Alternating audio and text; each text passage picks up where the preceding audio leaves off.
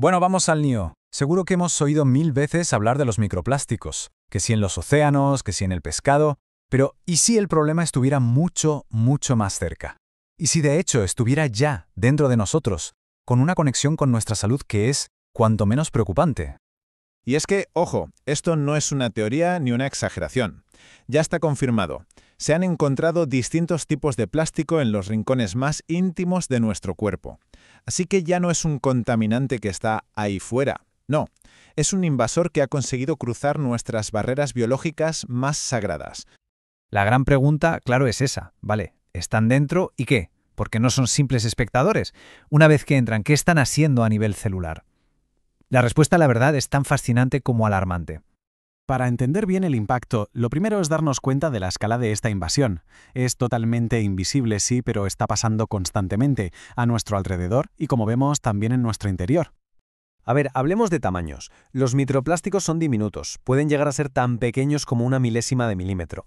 Pero es que los nanoplásticos son todavía más pequeños. Para que nos hagamos una idea, son como el famoso PM2,5 de la contaminación del aire, esas partículas tan finas que se nos cuelan en los pulmones. Pues esto es lo mismo, pero en versión plástico, tan pequeños que pueden jugar en la liga de nuestras células. ¿Y de dónde sale todo esto? Pues básicamente de dos sitios. Por un lado, los primarios, que son los que se fabrican ya pequeños a propósito, para cosas como exfoliantes. Pero la inmensa mayoría son secundarios, o sea, trocitos que se van desprendiendo de botellas, bolsas, de toda la basura plástica que con el sol y el agua se va rompiendo en pedazos cada vez más pequeños. Y fijaos en esto, porque no hablamos de un solo tipo de plástico. Como se ve en la tabla, es todo un cóctel de polímeros. Desde el polietileno de las bolsas hasta el PVC, todos han conseguido llegar a la sangre, a la leche materna e incluso a la placenta, nada menos que al órgano que se encarga de crear una nueva vida. Vale, ya sabemos que están en nuestros tejidos, pero ¿cómo demonios dan el siguiente paso? ¿Cómo consiguen colarse dentro de las mismísimas células? Aquí es donde la cosa se pone increíble.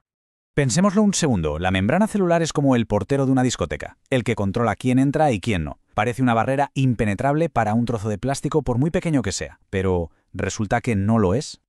Resulta que la clave de todo, la contraseña para poder entrar, es el tamaño. Las investigaciones lo dejan clarísimo. Las partículas más grandes, de unos 5 micrómetros, rebotan, son demasiado toscas. Pero las más pequeñas, las que están por debajo de 500 nanómetros, esas sí pueden no solo pegarse a la membrana, sino también atravesarla. Y no tienen una sola forma de colarse, no, tienen dos. La primera es la penetración pasiva, que es básicamente deslizarse a través de la membrana. Pero la segunda es aún más alucinante, la endocitosis. Aquí la propia célula es engañada, ve la partícula y, en lugar de bloquearla, la abraza y la mete para adentro. Es como si el invasor no solo tuviera la llave, sino que convenciera al portero para que le abriera la puerta de par en par. Y una vez dentro, bueno, aquí es donde la cosa se pone seria. Ya no es un problema de contaminación, ahora es un problema biológico. Y es aquí donde empieza a dibujarse esa conexión directa con los mecanismos que pueden favorecer el cáncer. Los científicos han visto que el daño se produce por 3 vías principales. La primera, la inflamación. El sistema inmune ve esas partículas, sabe que no deberían estar ahí e intenta destruirlas. Pero no puede. Y ese intento fallido constante genera una inflamación crónica, que es un conocido factor de riesgo para el cáncer. La segunda, el estrés oxidativo. Las partículas desequilibran la química de la célula y generan unas moléculas, los radicales libres, que son como pequeñas balas perdidas que pueden dañar nuestro ADN. Y la tercera, la disrupción endocrina.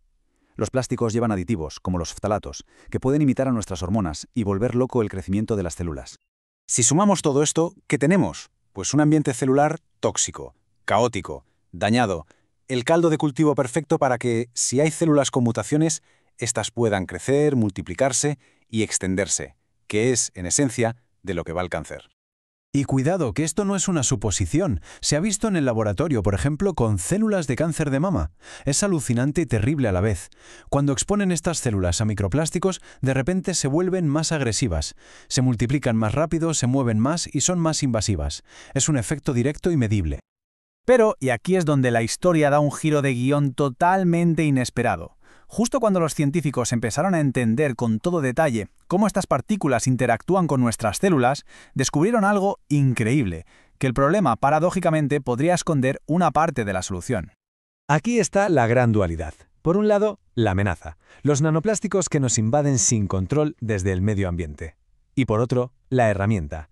Nanoplásticos diseñados en un laboratorio donde se controla hasta el último detalle de su tamaño y forma para convertirlos en un instrumento médico de alta precisión.